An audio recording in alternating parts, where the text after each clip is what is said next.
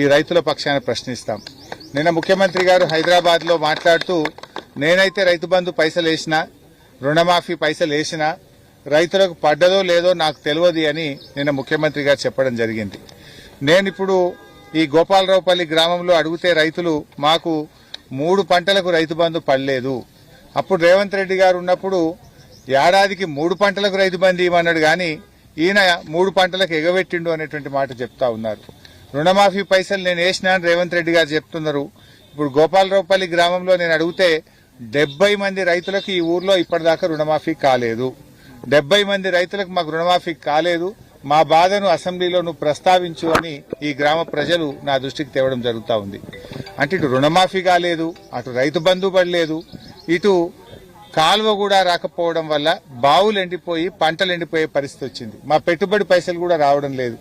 ఈ ప్రాంతంలో క్రేన్లు పెట్టి ప్రతి రైతు 50,000 నుంచి ₹1,00,000 బాయిల పూడిక మీద ఖర్చు పెట్టిండ్రు. అదొక మళ్ళీ కొత్త అప్పు మిగులుతుంది. ఇటు బాయిల పూడిక మీద ఖర్చు పెట్టినా పంటలు కాపాడుకునే పరిస్థితి లేదు, పంట మీద పెట్టిన పెట్టుబడి అప్పుగా మారుతా ఉంది, బాయిలు పూడిక తీసింది కూడా అప్పుగా మారుతా ఉంది. ఇంకోవైపు రైతు బంధు పైసలు పెట్టుబడి పైసలు కూడా రాలేదు. ఎటు చూసినా మాకు అంధకారం అయిపోయింది. మళ్ళా పాత రోజులు వస్తున్నాయి. తెలంగాణ వచ్చినాక 10 ఏళ్లు జర మంచిగుంటిమి, కానీ ఇప్పుడు ఈ కాంగ్రెస్ పాలన చూస్తుంటే మళ్ళా పాత రోజులు వస్తున్నాయి అనేటువంటి ఆవేదన ఇవాళ రైతులందరూ కూడా వ్యక్తం చేస్తా ఉన్నారు. తప్పకుండా ఈ రైతుల పక్షాన బీఆర్ఎస్ పార్టీ శాసనసభలో ప్రస్తావిస్తుంది. నేను ఇప్పుడు మీడియా ద్వారా కూడా ప్రభుత్వాన్ని విజ్ఞప్తి చేస్తా ఉన్నా. ఈ చొప్పదండి మండలంలో ఈ గోపాలరావుపల్లి గ్రామ రైతాంగానికి తక్షణమే నీళ్లు అందించాలని చెప్పి డిమాండ్ చేస్తాం. తుమ్మల నాగేశ్వరరావు పంటల దిగుబడి పెరిగింది, పంటలు ఎక్కువ పడుతున్నాయి. పంటల దిగుబడి పెరగడానికి బీఆర్ఎస్ఏ కారణం. ఇవాళ ఒక కరీంనగర్ జిల్లాలో బీఆర్ఎస్ పార్టీ వచ్చినాకనే ఎల్లంపల్లి ప్రాజెక్టు పూర్తయింది. బీఆర్ఎస్ఏ మిడ్ మానేర్ ప్రాజెక్టు పూర్తి చేసింది. బీఆర్ఎస్ఏ వరద కాలువను రిజర్వాయర్ గా మార్చి ఎస్ఆర్ఎస్పీ పునర్జీవన పథకాన్ని పూర్తి చేసింది కూడా బీఆర్ఎస్ పార్టీయే. అదేవిధంగా గౌరవల్లి ప్రాజెక్టును 96% పూర్తి చేసి నీళ్లు పోయించింది బీఆర్ఎస్ పార్టీ. సిరిసిల్ల, కోనరావుపేట, వేములవాడ ప్రాంతంలో మలకపేట రిజర్వాయర్ ను కూడా కట్టించింది బీఆర్ఎస్ ప్రభుత్వమే. నర్మాల ప్రాజెక్టుకు కాళేశ్వరం నీళ్లతో నింపి నర్మాల ప్రాజెక్టుకు పూర్వ వైభవాన్ని తెచ్చింది బీఆర్ఎస్ పార్టీయే. ఇటు తోటపల్లి రిజర్వాయర్ ను బెజ్జంకి మండలంలో పూర్తి చేసి వేలాది ఎకరాలకు నీళ్లిచ్చింది బీఆర్ఎస్ పార్టీయే.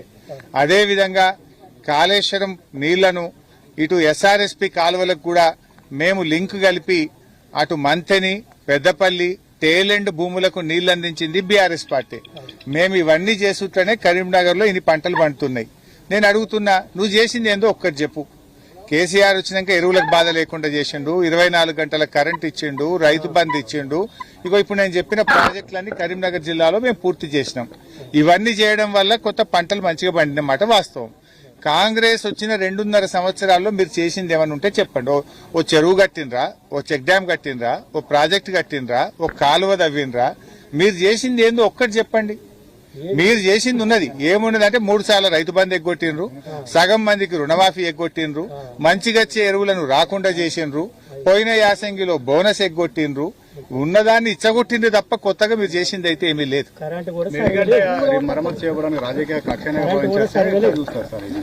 ఇప్పుడు మేడిగడ్డలో ఒక పిల్లర్ మాత్రమే కుంగింది. కాళేశ్వరం అంటే 3 బ్యారేజీలు, 203 కిలోమీటర్ల టనలు, 18 రిజర్వాయర్లు, 16 సబ్స్టేషన్లు, 1530 కిలోమీటర్ల కాలువలు, ఇదంతా కలిపితే కాళేశ్వరం. ఇవన్నీ మంచిగా ఉన్నాయి, బ్రహ్మాండంగా. మిడ్ మానేర్ నిండా నీళ్లు లేవా? అవి కాళేశ్వరం కాదా? రంగనాయక సాగర్లో లేవా? మల్లన్న సాగర్లో లేవా? కొండపోచమ్మ సాగర్లో లేవా? ఎక్కడ లేవు నీళ్లు? అవన్నీ కాళేశ్వరం నీళ్లే. వాటి కింద లక్షల ఎకరాల్లో పంట పండుతుంది. గా మేడిగడ్డ ఒక్క పిల్లర్ మరమ్మతు చేయడానికి ఇంత 2.5 సంవత్సరాల నుంచి ఎందుకు ఆలస్యం చేస్తా ఉన్నావు? ఎందుకు రైతుల ఉసురు పోసుకుంటున్నావు? ఇప్పుడు ఇంత ఎండల్లో కూడా గోదావరిలో మేడిగడ్డ కాడ నీళ్లు పోతున్నాయి. ఆ పిల్లర్ మరమ్మతు చేస్తే ఆ నీళ్లు తెచ్చుకొని బంగారం వాళ్ళ రైతులకు నీళ్లు ఇవ్వచ్చు కదా. ఇలా గోపాలరావుపల్లిలో పంటలు ఎందుకు ఎండాలి? ఇలా ఎల్లంపల్లి ప్రాజెక్టులో నువ్వు మోటార్లు ఆపుతావు ఎందుకు? నీకు హైదరాబాద్ మంచినీళ్ళు తీసుకుపోవాలి, రామగుండం ఎన్టీపీసీకి నీళ్లు ఇవ్వాలని బంద్ చేస్తావు. అదే మేడిగడ్డ మరమ్మతు చేసి ఉంటే ఇప్పుడు మేడిగడ్డకెళ్ళి ఎప్పటికప్పుడు ఎల్లంపల్లికి నీళ్లు దేవస్తుండే, ఎల్లంపల్లిలో మోటార్లు నడిస్తే నారాయణపూర్లో మోటార్లు నడుస్తుండే. ఇప్పుడు ఎల్లంపల్లి బంద్ పెట్టినావు, నారాయణపూర్లో 2 మోటార్లు నడిచే కాడ 1 మోటార్ నడిచే వరకు ఇవాళ గోపాలరావుపల్లిలో పంటలు ఎండిపోతున్నాయి. దీనికి కారణం నీ మూర్ఖత్వం వల్ల, కక్ష వల్ల, నీ పగ వల్ల. బీఆర్ఎస్ మీద కోపం ఉంటే రైతులు ఎందుకు తిప్పలు పెడుతున్నావు? నువ్వు కేసీఆర్ మీద కోపమో బీఆర్ఎస్ మీద పగబడితే మమ్మల్ని చూసుకో, మమ్మల్ని జైల్లో పెట్టావో పెట్టుకో, కానీ ఈ రైతుల ఉసులు ఎందుకు కోసుకుంటున్నావు? ఆ మోటార్లు ఎందుకు బంద్ పెడతా ఉన్నావు? ఈ పంటలు ఎందుకు ఎండబెడుతున్నావు అని చెప్తున్నా. నీ పగ ప్రతీకారాలు కాదు, నీకు అధికారం ఇచ్చింది రైతుల కోసం, ప్రజల కోసం, మేలు చేయడం కోసం ఇచ్చిండ్రు. గా పని చేయాలని చెప్పి విజ్ఞప్తి చేస్తాం. జై తెలంగాణ.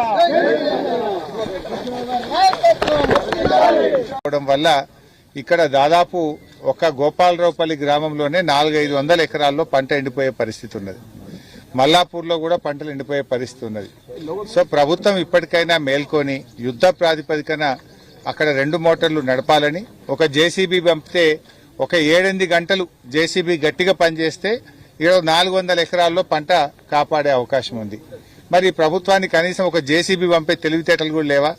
ఒక జేసీబీ పంపించి ఆయనతో కాలువ సాఫ్ చేస్తే ఆ కాలువలో ఉన్న తుంగ గాని, కాలువలో ఉన్నటువంటి మట్టిని తీసేయడం ద్వారా ఒక 500 ఎకరాల్లో పంట కాపాడేటువంటి అవకాశం ఉంది.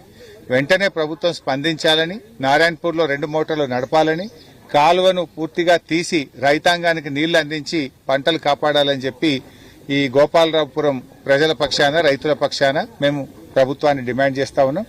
ఈ విషయాన్ని తప్పకుండా వచ్చే అసెంబ్లీ సమావేశాల్లో కూడా ఈ రైతుల పక్షాన ప్రశ్నిస్తాం. నిన్న ముఖ్యమంత్రి గారు హైదరాబాద్ లో మాట్లాడుతూ, నేనైతే రైతు బంధు పైసలు వేసినా, రుణమాఫీ పైసలు వేసినా, రైతులకు పడ్డదో లేదో నాకు తెలియదు అని నిన్న ముఖ్యమంత్రి గారు చెప్పడం జరిగింది. నేను ఇప్పుడు ఈ గోపాలరావుపల్లి గ్రామంలో అడిగితే రైతులు, మాకు 3 పంటలకు రైతు బంధు పడలేదు. అప్పుడు రేవంత్ రెడ్డి గారు ఉన్నప్పుడు ఏడాదికి 3 పంటలకు రైతు బంధు ఇవ్వమన్నాడు, కానీ ఈయన 3 పంటలకు ఎగబెట్టిండు అనేటువంటి మాట చెప్తా ఉన్నారు. రుణమాఫీ పైసలు నేను వేసినా అని రేవంత్ రెడ్డి గారు చెప్తున్నారు.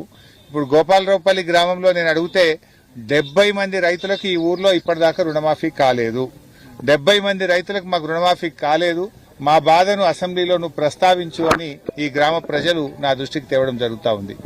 అంటే ఇటు రుణమాఫీ కాలేదు, అటు రైతు బంధు పడలేదు, ఇటు కాలువ కూడా రాకపోవడం వల్ల బావులు ఎండిపోయి పంటలు ఎండిపోయే పరిస్థితి వచ్చింది. మా పెట్టుబడి పైసలు కూడా రావడం లేదు. ఈ ప్రాంతంలో క్రేన్లు పెట్టి ప్రతి రైతు 50,000 నుంచి ₹1,00,000 బాయిల పూడిక మీద ఖర్చు పెట్టిండ్రు. అదొక మళ్ళీ కొత్త అప్పు మిగులుతుంది. ఇటు బాయిల పూడిక మీద ఖర్చు పెట్టినా పంటలు కాపాడుకునే పరిస్థితి లేదు, పంట మీద పెట్టిన పెట్టుబడి అప్పుగా మారుతా ఉంది, బాయిలు పూడిక తీసింది కూడా అప్పుగా మారుతా ఉంది. ఇంకోవైపు రైతు బంధు పైసలు, పెట్టుబడి పైసలు కూడా రాలేదు. ఎటు చూసినా మాకు అంధకారం అయిపోయింది. మళ్ళా పాత రోజులు వస్తున్నాయి. తెలంగాణ వచ్చినాక 10 ఏళ్లు జర మంచిగుంటిమి, కానీ ఇప్పుడు ఈ కాంగ్రెస్ పాలన చూస్తుంటే మళ్ళా పాత రోజులు వస్తున్నాయి అనేటువంటి ఆవేదన ఇవాళ రైతులందరూ కూడా వ్యక్తం చేస్తా ఉన్నారు. తప్పకుండా ఈ రైతుల పక్షాన బీఆర్ఎస్ పార్టీ శాసనసభలో ప్రస్తావిస్తుంది. నేను ఇప్పుడు మీడియా ద్వారా కూడా ప్రభుత్వాన్ని విజ్ఞప్తి చేస్తా ఉన్నా. ఈ చొప్పదండి మండలంలో ఈ గోపాలరావుపల్లి గ్రామ రైతాంగానికి తక్షణమే నీళ్లు అందించాలని చెప్పి డిమాండ్ చేస్తున్నాం. తుమ్మల నాగేశ్వరరావు పంటల దిగుబడి పెరిగింది, పంటలు ఎక్కువ పడుతున్నాయి, క్షేత్రస్థాయిలో ఎటువంటి పరిస్థితి అనుకుంటారు మీరు అబ్జర్వ్ చేస్తున్నారు? పంటల దిగుబడి పెరగడానికి బీఆర్ఎస్ఏ కారణం.